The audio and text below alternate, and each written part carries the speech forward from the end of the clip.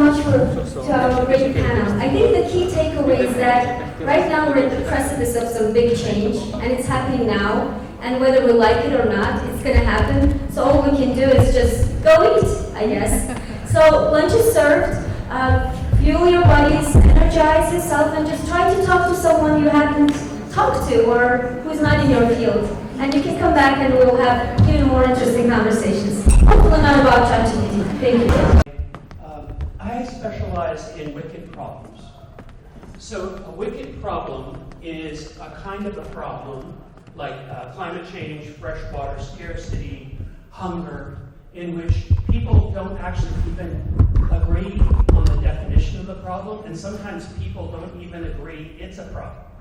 So I've spent decades working on how do we organize crossing boundaries. So I worked science to farmers, science to policymakers, science to private sector. The last few years I was working at the interface of food systems, on the one hand with democratization of the food system, and then a messy process of people saying we're not happy with the way the system works. Most of my career was in practice, but with research, and then 20 years ago I accidentally became a professor. I didn't really intend to become a professor. I spent 17 years doing that. It was really great. But then 3 years ago I got restless. And so now I just do the things I really want to do, which is like being here with all of you today. So I really enjoy it. Awesome. I think all the hints are telling me that I can think he's losing the industry. But I want to start with Tom. I think we have, to start this off, and I said the third layer we want to add to this conversation is the government. And then it seems you have done a lot of work with academia, science, and then the industry, and then you have this government collaboration on that side. Could you give us some of the examples how to build up or maintain a sustainable system? And if you could give examples that some of the countries, including Azerbaijan, can adopt in this era. If I figured out how to do that, I probably, if I figured out how to maintain these kinds of things, I'd probably still be an academic. That's why I'm frustrated. But, so I think the first thing is to understand what academia is primarily about, and then understand what are the entry points for problem solving and solutions. So Berkeley, UC San Francisco, Stanford, UC Irvine, University of Washington, all of these major research universities, their reason for existence, first and foremost, is the advancement of knowledge. And academic freedom, as an institution that still exists in the United States, at least for the moment, is about curiosity-driven inquiry. Okay. So that's the biggest part. Right. However, in my experience, and because I'm a bit of a misfit, there are increasing numbers of senior faculty, but also postdocs, graduate students, and undergraduates who feel really compelled by certain big wicked problems the world faces. I mentioned climate change, fresh water, all of those things. So there is an audience within the universities that want to link with you. But the first thing you have to be clear on to organize these things is, okay, putting aside curiosity-driven research, for the parts that are driven by use, so problem-solving, solution-oriented, there's two big buckets. One bucket is what we call decision science. It's where one or more disciplines are solving a problem for a specific user, like a farmer, right, or a healthcare professional. There's a long history of success in the US and many other countries about this kind of decision science work, where there's one or more areas of expertise, creating things that can be used by one type of user. Is climate change like that? No. I mean, all the questions are not like that. They're characterized by a very different, this is what I'm talking about with the wicked problem. It's where there are multiple interests, competing interests, vested interests, who may not even agree it's a problem. If you talk to farmers in the Central Valley, is climate change a problem? You'll get a variety of answers. If you ask farmers in the Central Valley, as I have, is nitrogen pollution of the environment a problem? It's like, no, I mean, that's what we do. So being able to work on these kinds of things involves a different approach. Most universities, public is still inventing how to do it, and this is what sustainability science is about. So it's bringing together the economics, the environment, and the social. So what do universities bring to the table? And I'll just mention 3 things and then I'll stop. So one is, like a public university like Berkeley or UC Davis or even private universities have tremendous convening power. So universities are able to bring together these different groups. And in the US system, we do a lot of lawsuits. I would often bring together groups of people who had only interacted before in courtrooms suing each other. Bring them together, get them around the table. So there's the convening of different groups. I've had the privilege of founding a new institute at the University of California, Davis, about agricultural sustainability and food systems. The most important part of steering that strategically was creating a governance body. That governance body had to be inhabited not by donors, not by politically influential people, not by celebrities, but by people who would actually be using the solutions before the solutions got developed. Okay? So they bought into and were part of that creative process. And then, in terms of the kind of skill set for the future, we had just had a session about shaping the future of academia. There's a whole skill set beyond AI, which has to do with understanding values, critical thinking, communication. Universities, I think, in order to make a contribution on these big wicked problems, are going to have to raise their game in those areas as well. So I could go on and on, but I'll stop. I'll follow up. I'll stop. Thank you. I think that was great. So I'll follow up with another question on that. But I have my next question going from how to build this kind of working environment and then sustaining it. I'm going to go to Anar.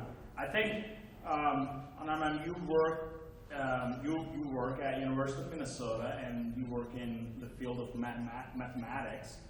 And, I believe when I was thinking about questions, like in Azerbaijan, we have a very strong mathematical understanding and the programs to kind of, we are really skilled in that sense. But what is the difference between the system in Azerbaijan and the system here, that going from theoretical mathematics in that field, going to the application part of it, that we are kind of lagging, right? What can be done about this? And what is missing and what can be done about that? And I think this links to the previous question.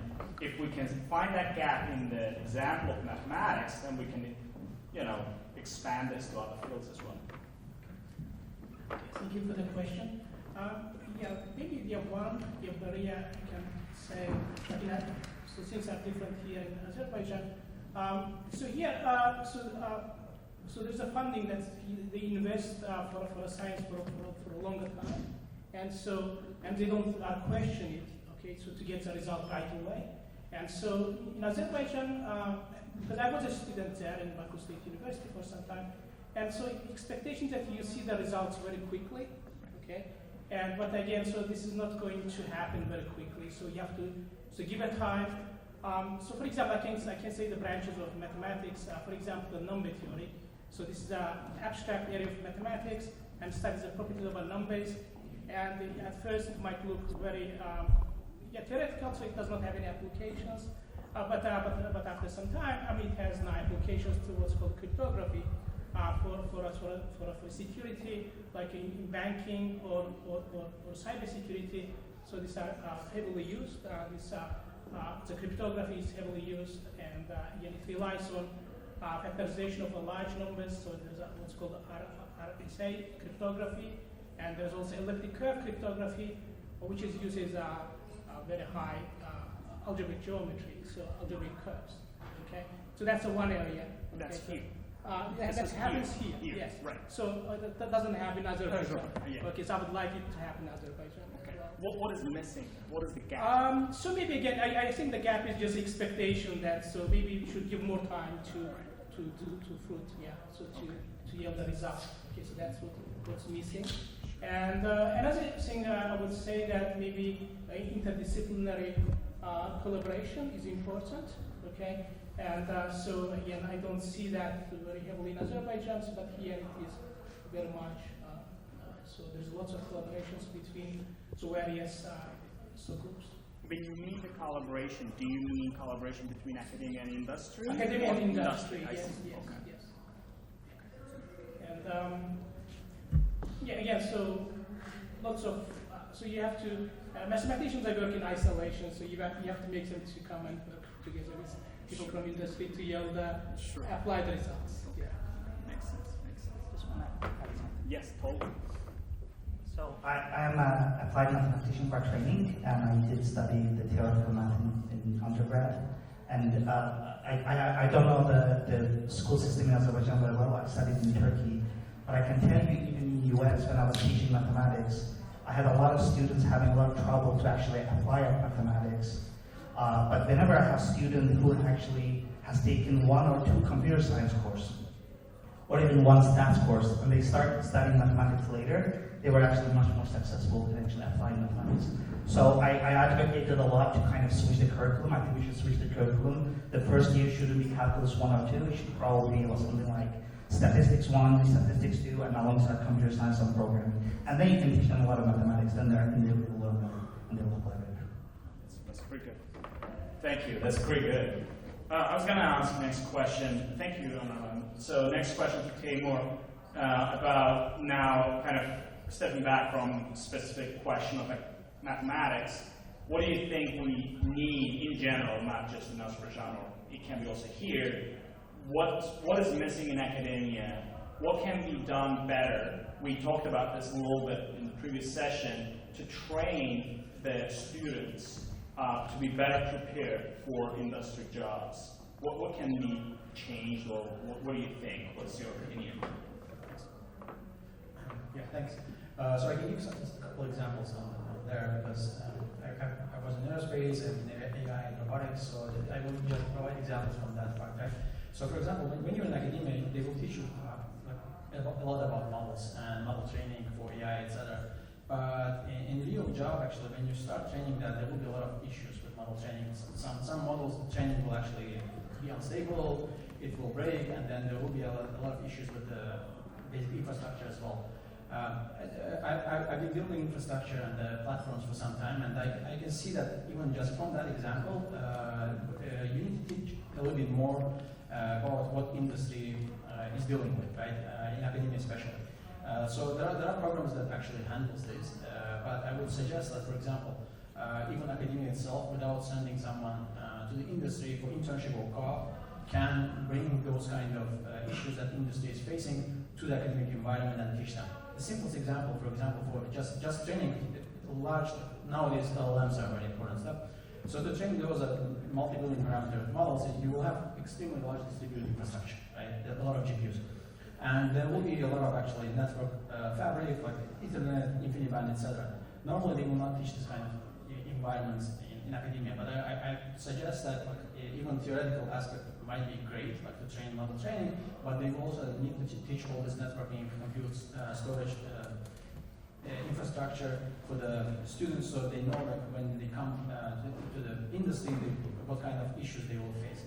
And from my Georgia Tech times, I know that actually Georgia Tech is huge in co-op opportunities, so that's one of the things actually academia is doing. I'm not sure that this kind of stuff is happening in Azerbaijan, for example. There are internships that happen during summer, it's just 3 months, but Georgia Tech has a huge co-op program which sends students to industry for 6 months at least.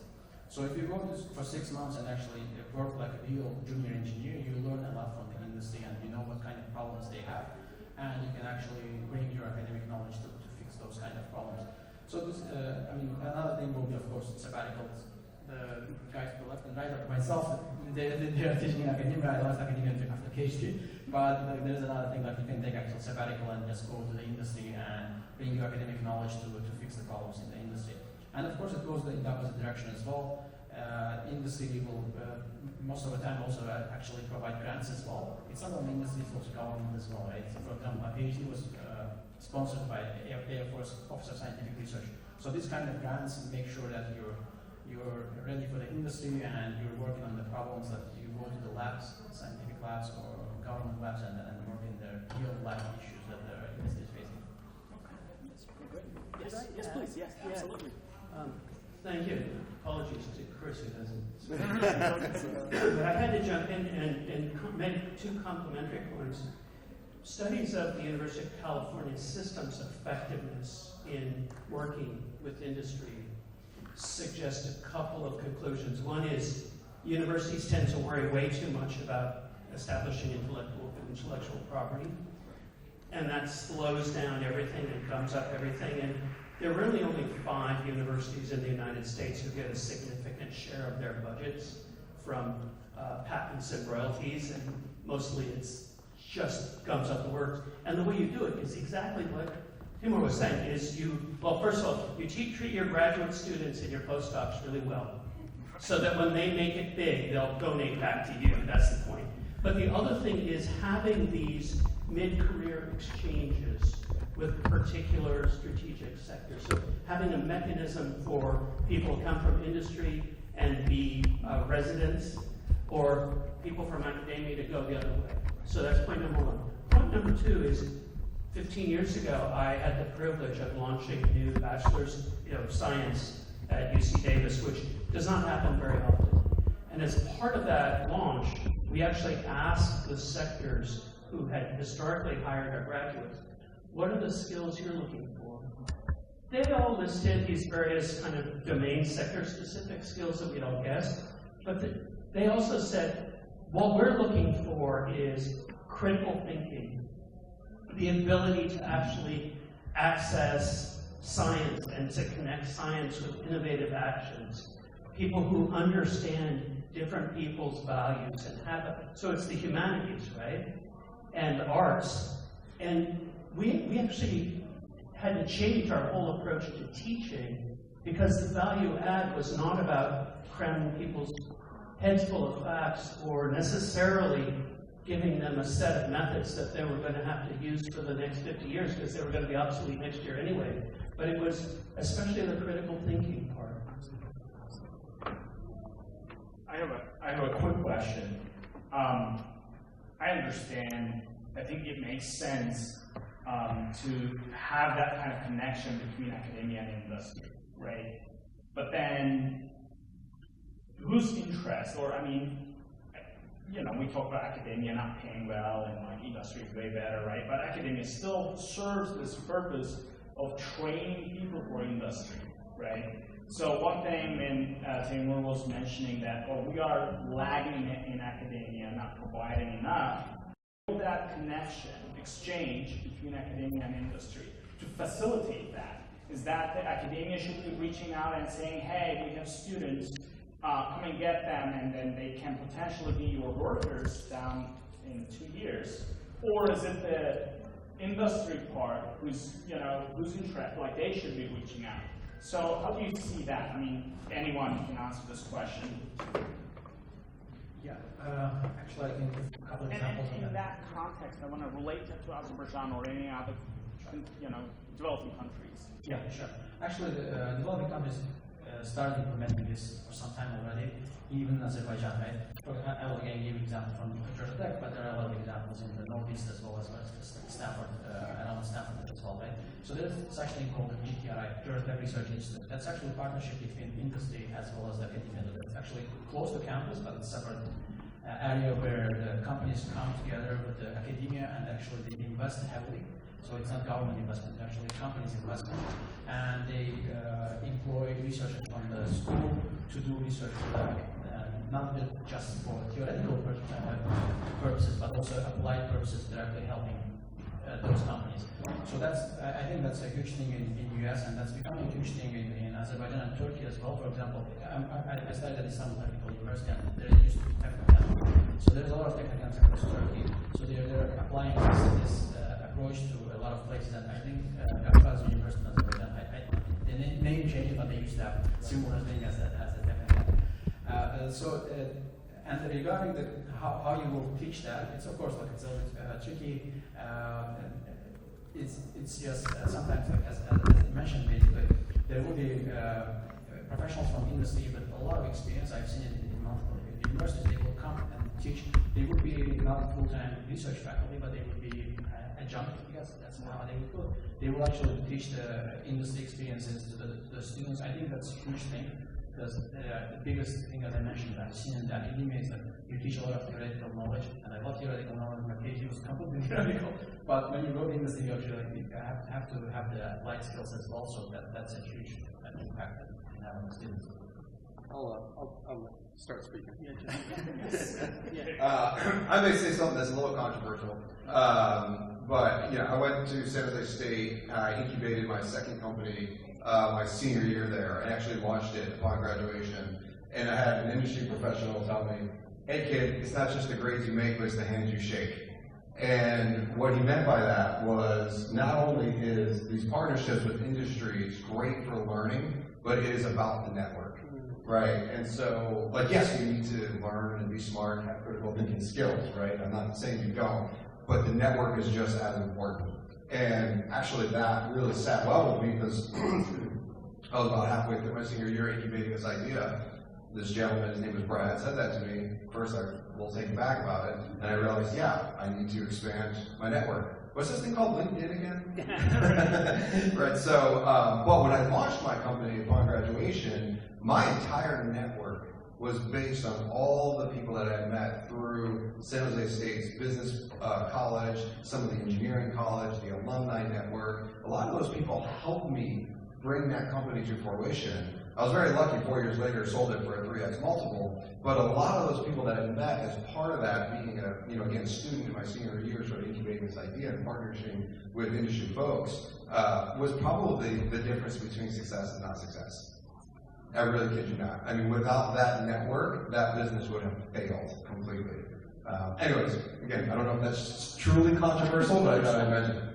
It's pretty good. Let's go. What Chris said. However, so I used to do a lot of fundraising for the University of California. I called it friend raising, actually. It wasn't about asking for money. It was exactly the counterpart to what Chris was just describing. All these things are about network. I mean, what you're doing here is network. There is, however, and I apologize, I haven't been to Azerbaijan, so I can't comment on the institution. I would love to go, by the way. Right. Yeah. Just for the food and the hospitality. But and I've worked in Asia, Africa, and South America quite a bit. I'm aware that my institutional experience is very US-centric. I do think that there are some things to be learned from US institutions. One is that I used to try to raise a lot of endowment money, which is money that's given to the university that's managed forever, and you take out the income every year and you fund things like Chris coming and spending time in the business school or something like that. But it's very important to make sure that there's kind of a firewall there between who gives the money and how the money is used. Because for public institutions, there's a real issue about conflict of interest.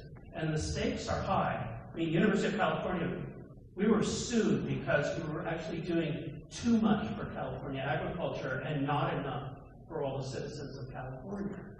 I got a program out of that because the legislature said, well, you have to make up for it. But there's this conflict of interest part, but even beyond the lawsuits, there's also the credibility of science in society has to be seen as not in the pocket of industries.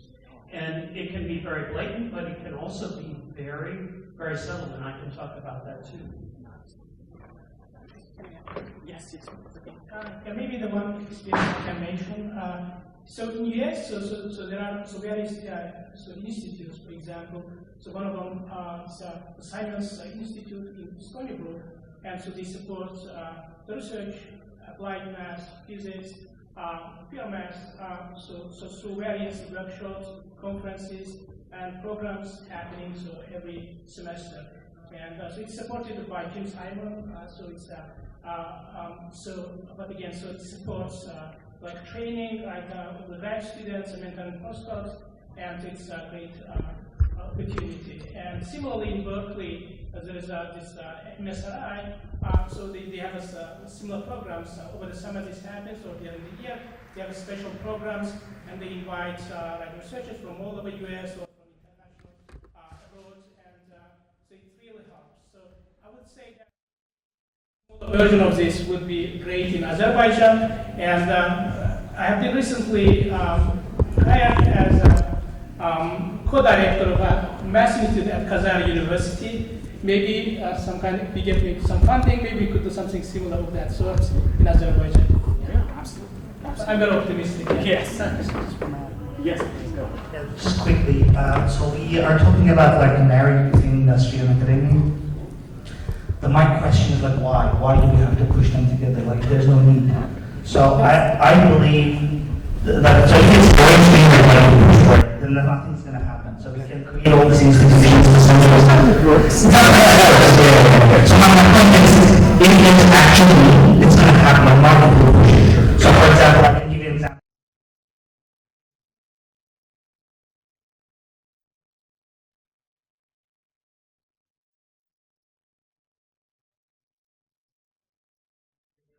I don't have enough manpower.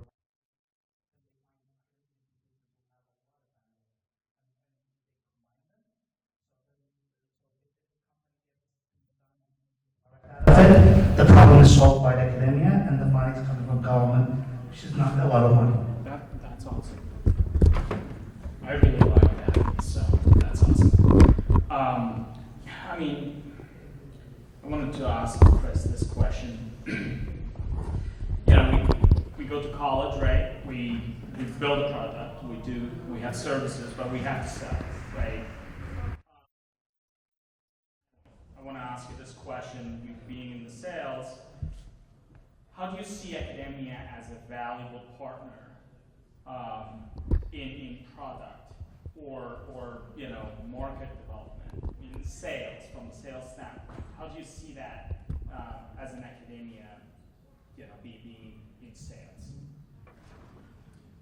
Yeah, I think the innovation piece is probably the key. I think there's a lot of key innovations that come out of academics, and then the productization of it, creating the MVP, creating the prototypes, creating distribution networks, things of that nature. That's really done well by the market.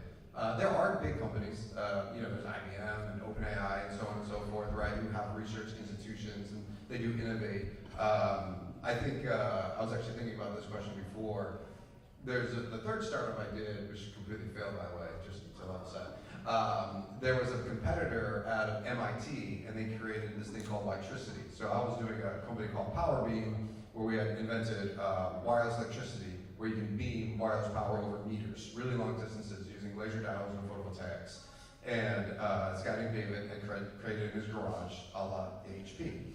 Well, there's a couple of researchers in the lab at MIT, and they decided to try magnetic resonance as a way to transmit wireless electricity.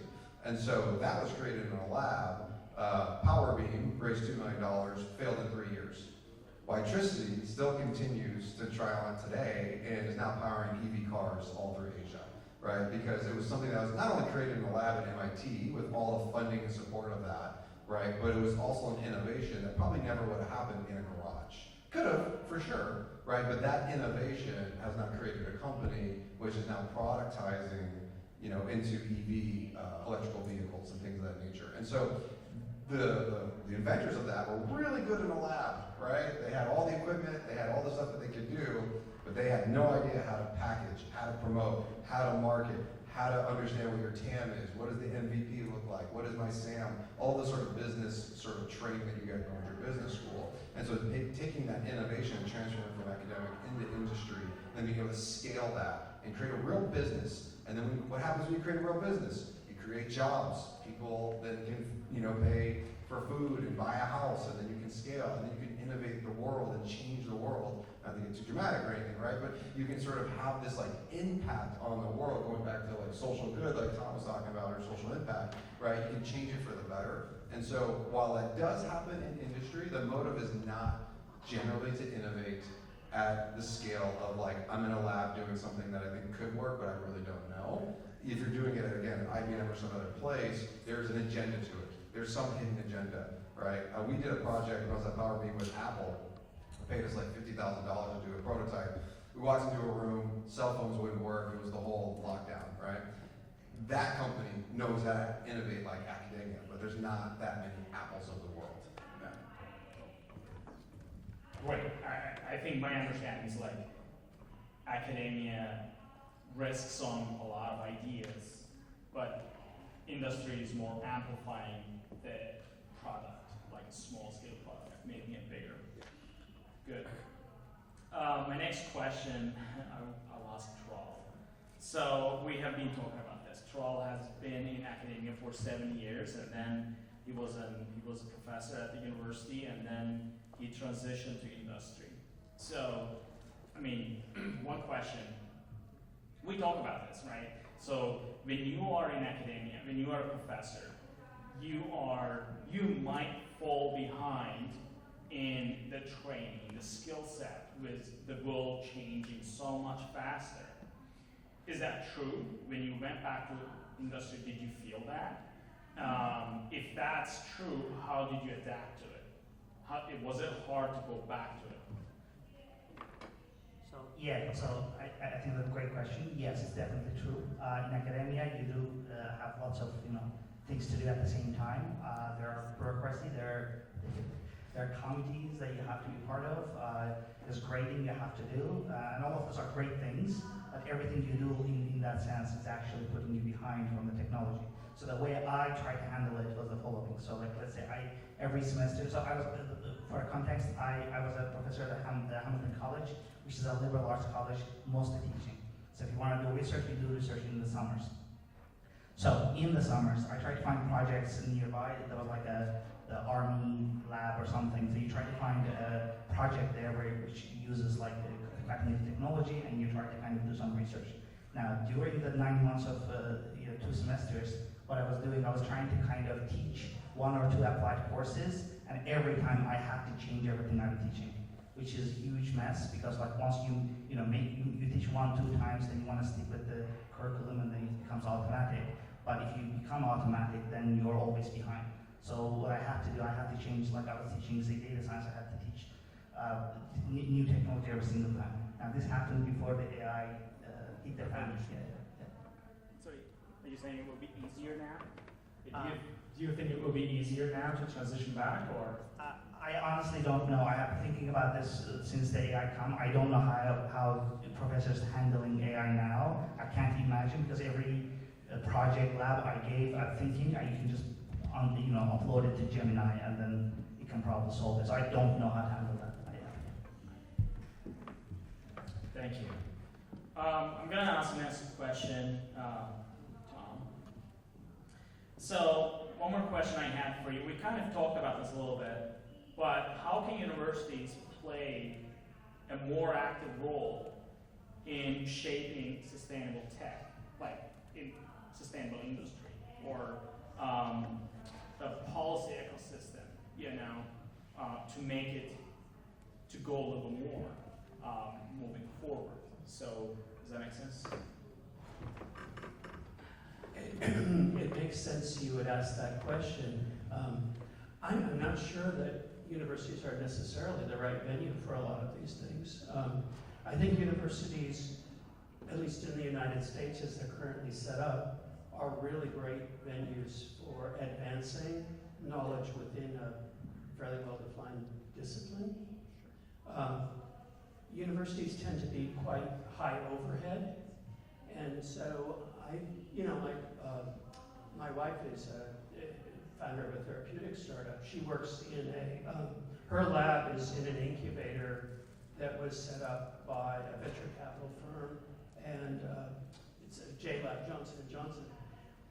I mean, my university could learn a lot from them about how you get startups going, lower the barriers to getting. So and that's to produce a particular therapeutic. For the kind of problems I was talking about, I still think it's an open question about how do we get ourselves organized to deal with these global and regional wicked problems. I don't think we're doing a very good job of it. And I did one foray into, I had the good fortune of getting an endowment from a major foundation, but we used to create a separate entity that the endowment is managed by the University of California, but the entity is actually governed independently from the university. And that seems to, the problem is this word sustainability, right? University administrators like novelty just like everything else, and anything that's worth doing, these big problems take a lot of effort, and they take multi-year investments. And the disappointing thing is that universities have, I'll be generous, they have a mixed record on sustaining those kinds of initiatives. Maybe Azerbaijan can do it.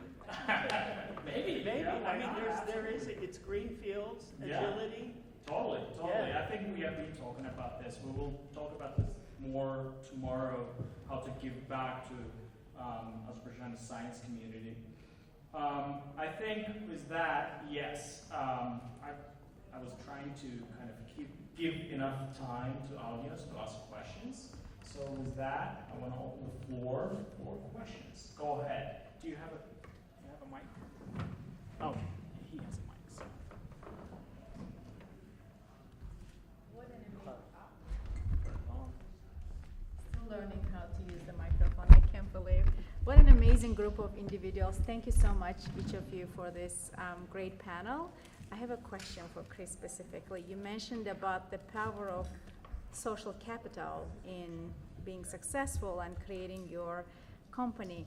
Can you please tell maybe participants and rest of us, how did the university, your academic environment, help you to build that social capital?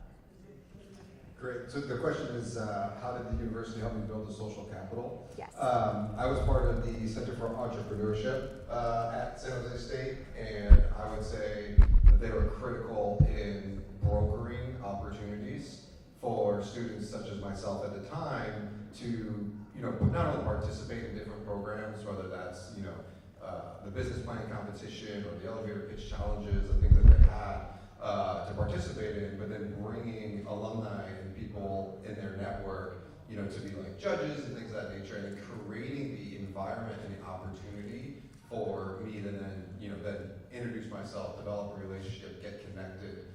Actually sat on a couple different sort of boards as well within the College of Business and a couple different clubs as well. And so I was a super active participant, and by extension, that participation led to the networking, which then led to the engagement. And then it was really up for me as an individual to be accountable. It was on me then to take action on that, right? And so the university did a good job of creating the environment in which someone could be successful at that. But it was, at the end of the day, it's on the individual to then go out, shake hands, introduce themselves, ask for a card, ask for a lunch. I mean, I can't tell you how many VCs I had lunch with when I was a senior in college. And all I wanted to do was just pick their brain when they gave me my time because I was a college student. When I graduated, not so much. And so just kind of leveraging that. But again, I think it was pretty critical in creating, again, that environment and that opportunity. Was that helpful? Did that answer your question to your satisfaction? I think that's the reason I asked that question specifically just to show how academia and industry are so connected. I didn't agenda. But your answer perfectly describes how it is important that the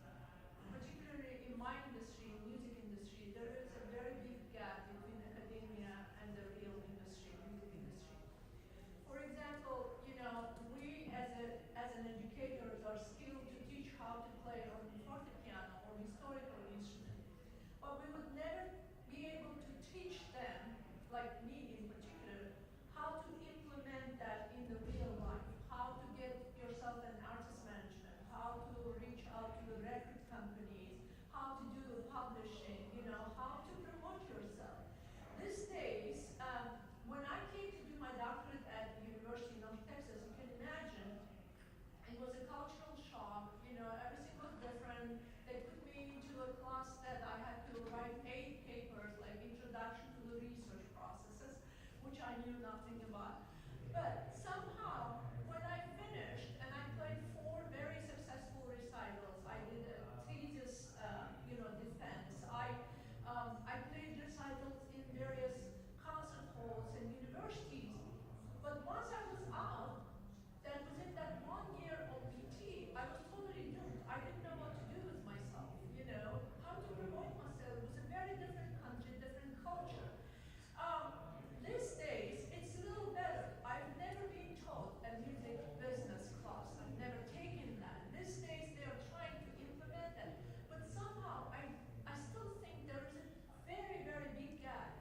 And I don't know how in other fields, do you think, there will be a time where academia and industry kind of will merge to produce or, qualify graduates that are ready for the real life?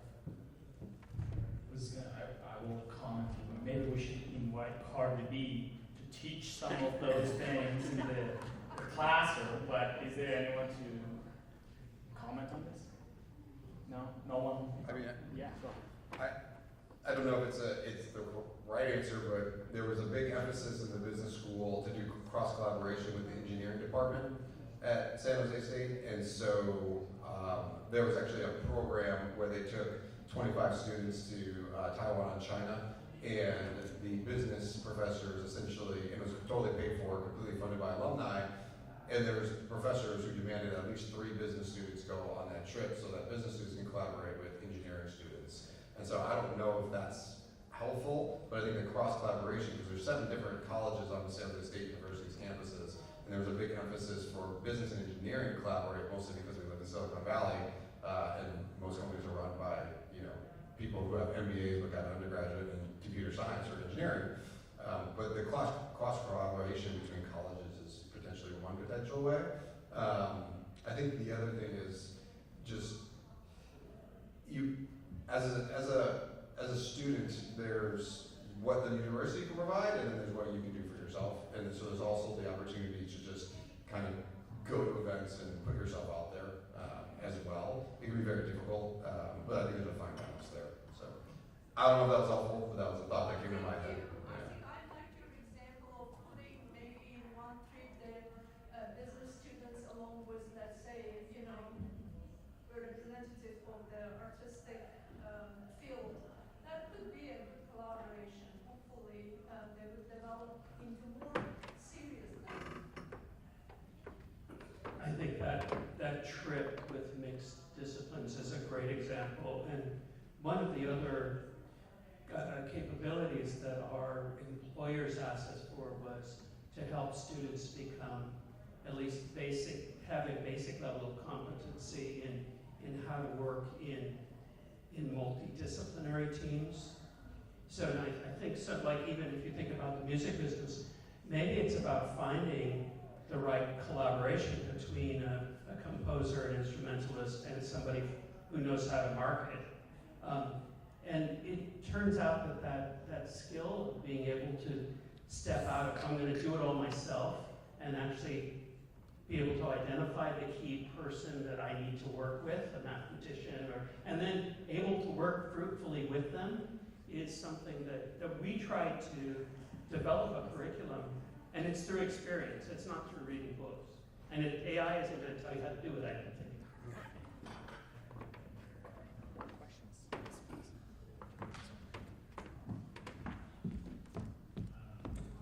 Thank you. I have a question particularly addressed to Mr. Tural and Teymur.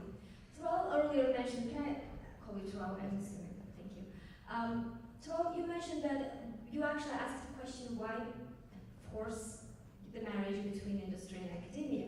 And academia is always, most of the time, is being criticized for being overly isolating. Just earlier today, we heard how academic actually was telling us how hard her life was in academia, and she was happy with transitioning into industry. And also the funding is a big issue, like grants and all of that. And then Teymur alluded to the fact that taking real life problems and bringing them to academia would prepare people, because ultimate goal is actually to go out in the world and do something. So why would you question the marriage then? That's a good one. Great question. So let's think about academia. So academia is criticized to be isolated, right? Why is that? Well, most of the academicians are the PhDs, right? They do PhD, they come into the teaching and become the professors. Well, what do you do in PhD? You work on one problem in one small part of the smaller area alone. Okay, so I think by training you're isolated, and there's most of us, not all of us, most of us by training, I mean I can talk about the mathematicians. Mathematicians are isolated. Scientists, they work in isolation, they love being alone. So I think by training they are that, and they're not taught to be good teachers. We are just taught to be a good researcher. So now all of a sudden you graduate and you're in academia, and then you have to teach and you have to make students collaborate with each other. You don't believe in, you're not part of. So like I was aware of that. I was pushing myself, but in general, I think it's a very hard thing to do. Now I just want to build another question that Selinja asked is, do you ever see that they come together? I don't think so. I know this is against the whole theme of this conference, I'm sorry, but I don't think it's going to happen, and it doesn't have to happen. I don't think it has to happen. It has to come natural, and then we collaborate. Side note, I think mathematicians are a whole separate breed of scientists. Everyone else is very different. Yeah, that's true. Also, I was just making a comment. and it also actually, I think we should probably define academia. I think from Tural's perspective is actually grad students. When I say academia, actually I include students as well. I think Aykhan was mentioning that as well. So yeah, I mean, if you include undergrads, actually part of your argument is a little bit different, right? So that's why it's very important actually I will talk about our undergrads, to teach undergrads like the real life problems in the industry and basically the skills they will need in the industry. Because grad students, by the numbers, grad students are like much fewer than undergrads. And even for grad students, if you look at anything, like I can bring an example from aerospace, like even mathematics, we wrote that it's ECDSA, RSA, all of them actually coming from academia pretty much. It's in aerospace like CFDs, etc., and in everyone using LLMs now, everything is coming from academia, right? All that research. So I think there is huge connection between academia and industry, but I wouldn't even say that we should still force that as well. There will still, of course, will be a lot of departments that deal a lot with theoretical knowledge, mathematics for sure, physics for sure, right? But there will be also departments of computer science and ECE. Most of the time, actually, there are theoretical faculty there, but there's a lot of actually applied faculty in those majors as well, because they work directly with the companies. So you can force it, you cannot force it, but I mean, I've seen that the collaboration is actually awesome. I've seen it at GTI, for example, that I was mentioning, and Stanford Research Institute. There's a lot of stuff comes out from that collaboration, because industry most of the time doesn't know how to solve extremely difficult problems.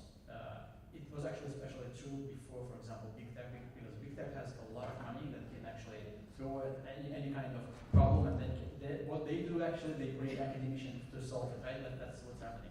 You look at any kind of VPs at big tech, for research project, they will bring actually faculty from academia to solve those problems. So big tech is solving this whole, what we're trying to, what we're discussing here. Big tech is already doing that, for example. They know that that's the approach that will work.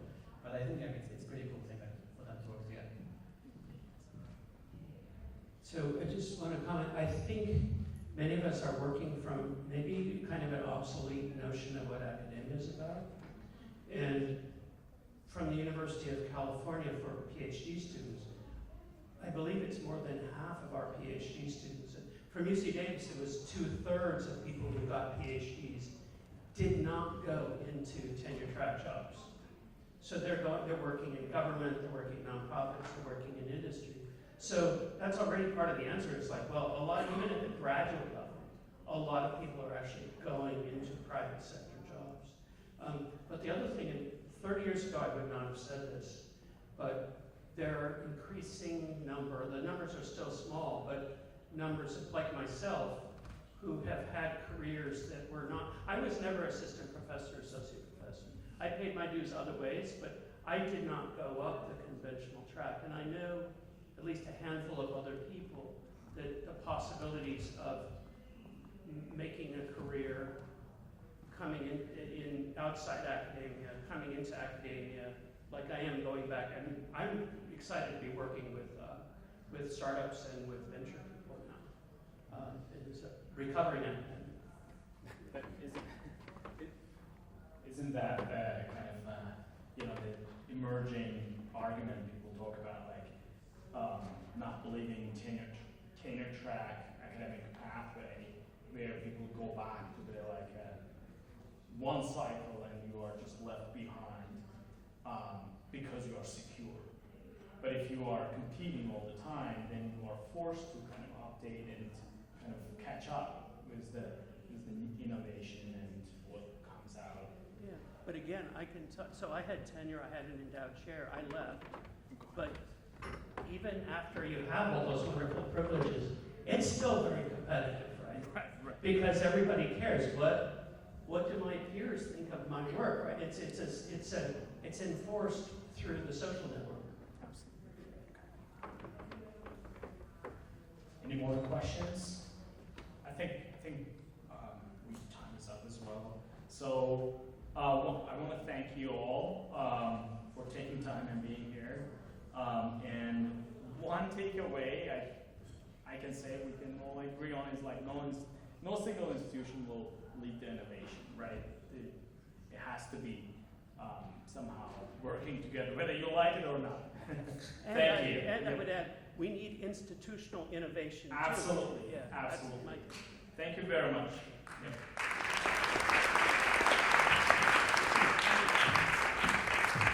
Thank you.